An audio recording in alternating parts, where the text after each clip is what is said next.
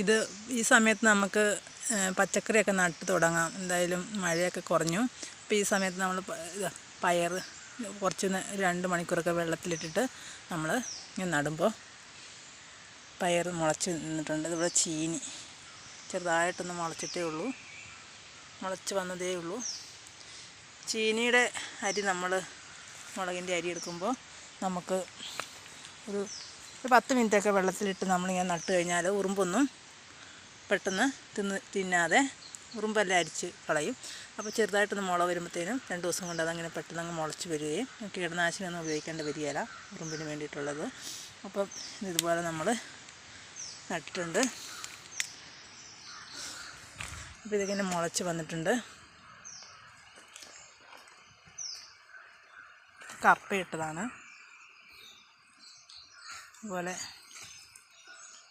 ചെറുതായിട്ടൊന്ന് ഇത് വെണ്ടയാണ്. വെണ്ട ഒരു 2-3 മണിക്കൂർ നമ്മൾ വെള്ളത്തിലിട്ടിട്ട് എടുത്ത് വെക്കും. അപ്പോൾ അതിങ്ങനെ ചെറുതായിട്ട് മുള പൊട്ടിയിട്ടുണ്ടാവും.